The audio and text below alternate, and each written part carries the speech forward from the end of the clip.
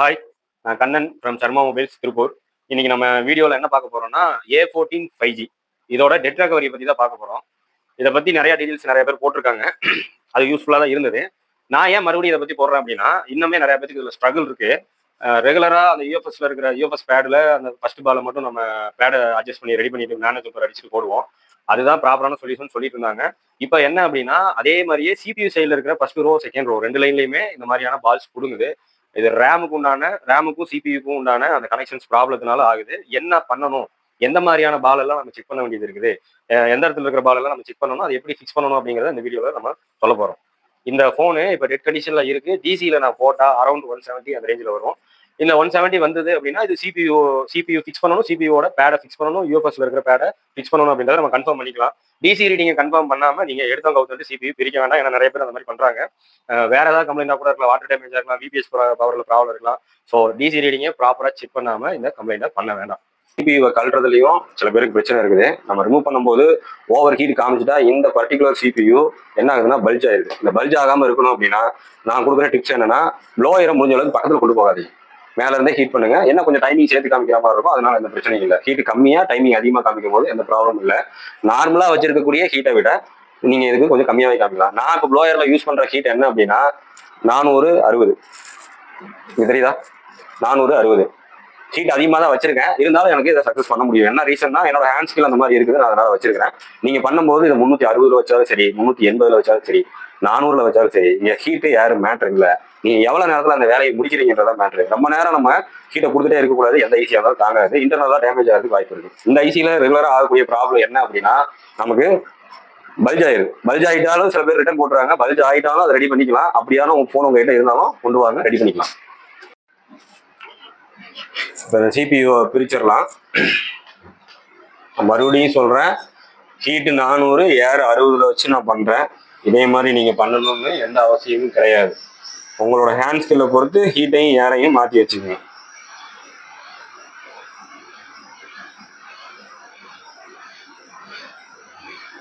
நம்ம ஸ்டூடெண்ட்ஸுக்குலாம் தெரியும், நான் கவுண்டை பற்றி சொல்லியிருப்பேன். இதை ரிமூவ் பண்ணுறதுக்கு நார்மலாக ஒரு ஐசியை ரிமூவ் பண்ணுறதுக்கு ஒரு 100 கவுண்டு நீங்கள் எண்றீங்க அப்படின்னா, இந்த ஐசியை கொஞ்சம் மேலேருந்து காமிச்சு 120 கவுண்டாக கூட எண்ணிக்கைங்க. எந்த பிரச்சனையும் இல்லை.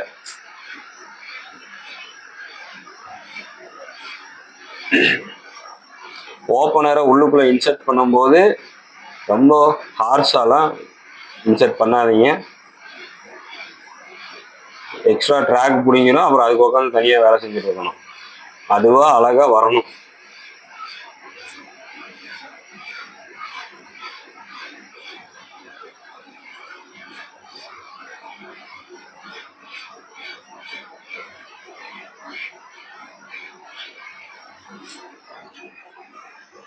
ஓகேங்களா? பக்காவாக வந்துருச்சு. கையோட நான் யூஎஃப்எஸையும் பிடிச்சிடுறேன்.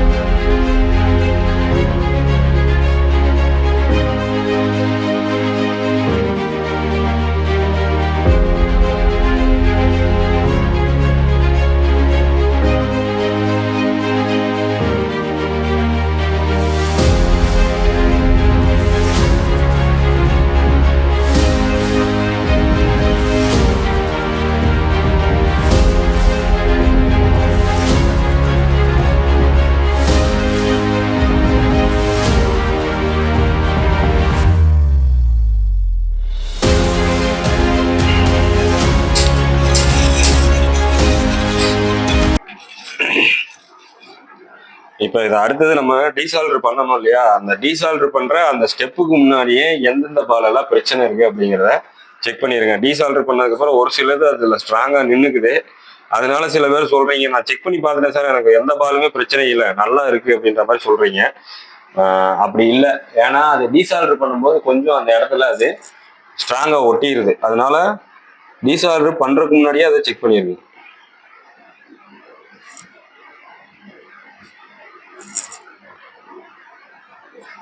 யூஎஃப்எஸோட இந்த ஃபர்ஸ்ட் பால் ஆடவே இல்லை.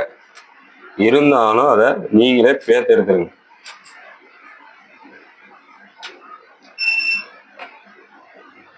ரெண்டாவது பால் ஆட்டி பாருங்க. ஆடலை ஆடலை ஆடலை. ஒரு சின்ன ஷேக் இருந்தாலும் அதை வெட்டி எடுத்துருங்க.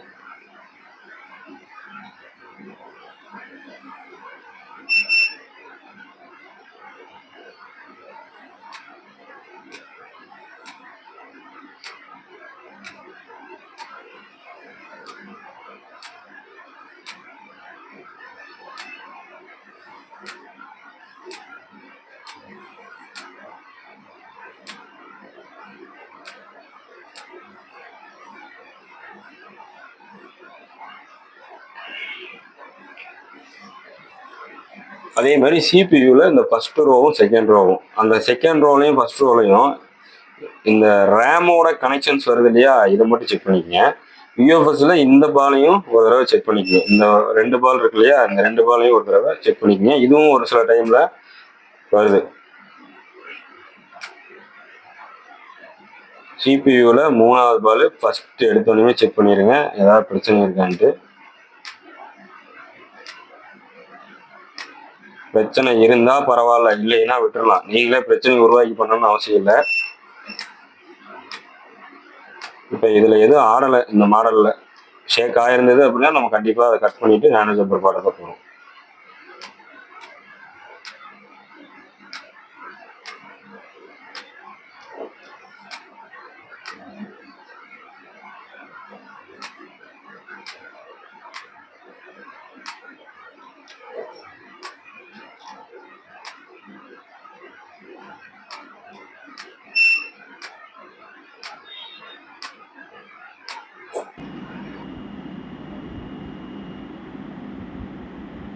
இப்போ கட் ஆகிருக்கு பாருங்கள்.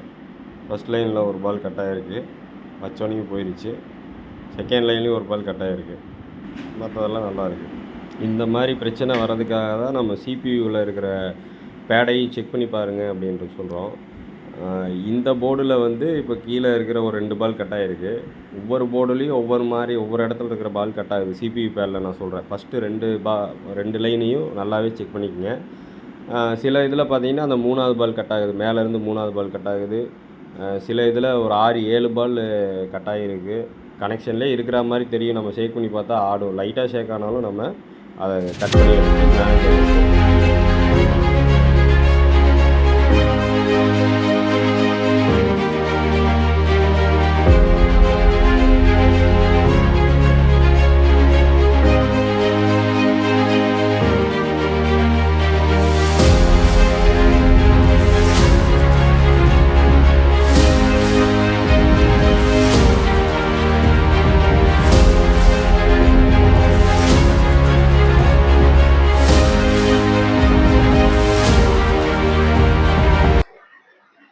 இந்த நம்ம இப்போ ஜம்பர் அடிக்க போகிறோம் இல்லைங்களா, இந்த ஜம்பர் அடிக்கிறதையுமே வந்து நிறைய பேர் ஜிலேபி சுட்டு வைப்பாங்க. அந்த மாதிரி வைக்கணும்னு அவசியம் இல்லை.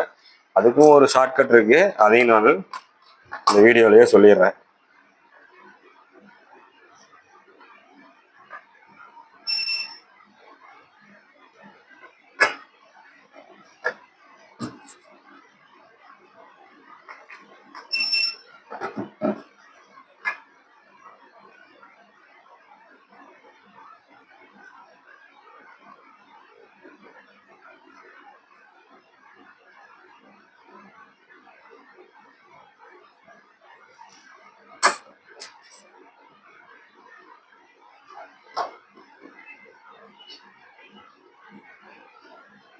இது வரைக்குமே பேடு டேமேஜில் தான் இருக்குது. எக்ஸ்ட்ராவாக கொஞ்சம் சுரண்டி விட்டு அடிச்சுக்கலாம்.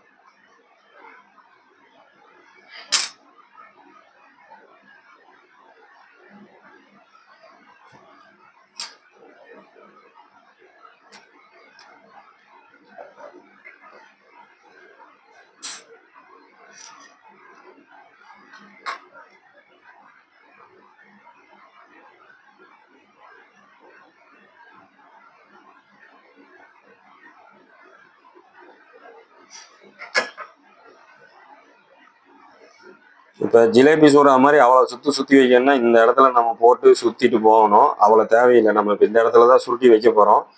அதுலேருந்து ஒரு சுத்துக்கு தேவையான அந்த அளவுக்கு கட் பண்ணிங்கனாலே போதுமானது.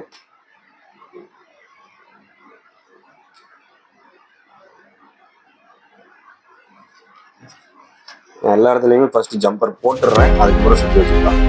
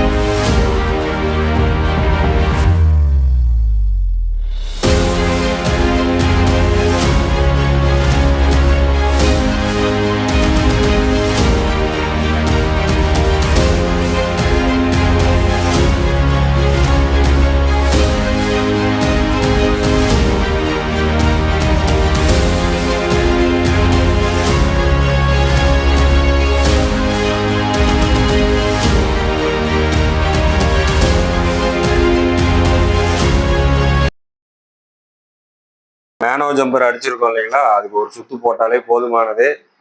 இதுல நிறைய கான்ட்ரவர்சிஸ் வர்றதுக்கு வாய்ப்பு இருக்கு. இதை நம்ம பல போன்ல செக் பண்ணியாச்சு. அதனால இது பர்ஃபெக்டான சொல்யூஷன் தான். நீங்க தாராளமா இதை நீங்க பண்ணிக்கலாம். மேல யூவி இங்கு காமிச்சிடலாம். யூவி இங்கு ரொம்ப ஹைட்டா போட்டுறாம அளவா போட்டீங்க அப்படின்னா வேலையை சிம்பிளா முடிச்சிடலாம்.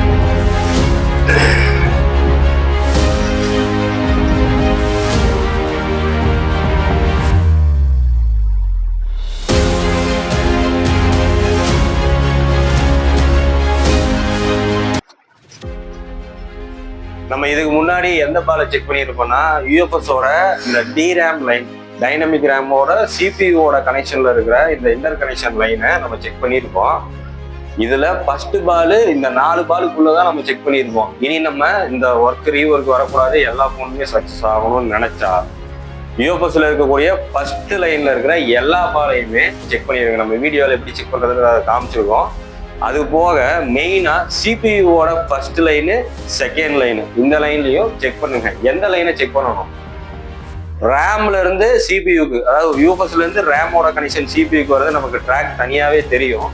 இந்த மாதிரியான ட்ராக்ஸ் தெரியுது இல்லையா, இந்த லைன் எதுக்குள்ள போகுதோ அந்த எல்லாத்தையும் கம்பல்சரி செக் பண்ணிருங்க.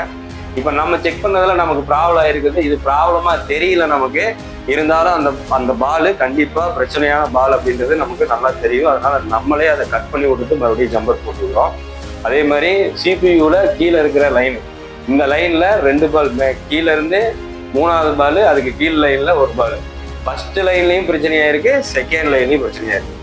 இந்த மாதிரி தான் இந்த போன்ல இந்த லைன்ல பிரச்சனையா இருக்கு. நான் முன்னாடி ஒரு போன் பார்த்தேன், அதுல மேல இருக்கிற லைன்ல பிரச்சனை இருந்தது. இந்த 3வது பாலையும் கம்பல்சரியா செக் பண்ணிக்கோங்க. ஏன்னா இந்த லைனு இங்கேயே வருது, ஓவர் ஹீட் ஆகும்போது அந்த லைன்லேயே பிரச்சனை வர்றதுக்கு வாய்ப்பு இருக்கு. நம்ம ஐசியை ரீபால் பண்றது மட்டும் முக்கியம் இல்லை, பேடை செக் பண்ணும்போது இதுக்கு முன்னாடி நமக்கு தெரிஞ்ச இன்ஃபர்மேஷன் அந்த 1 பால் அந்த 4 பாலுக்குள்ள முடிப்போம். கண்டிப்பா சிபியூவோட ஃபர்ஸ்ட் லைனையும் செகண்ட் லைனையும் செக் பண்ணுங்க.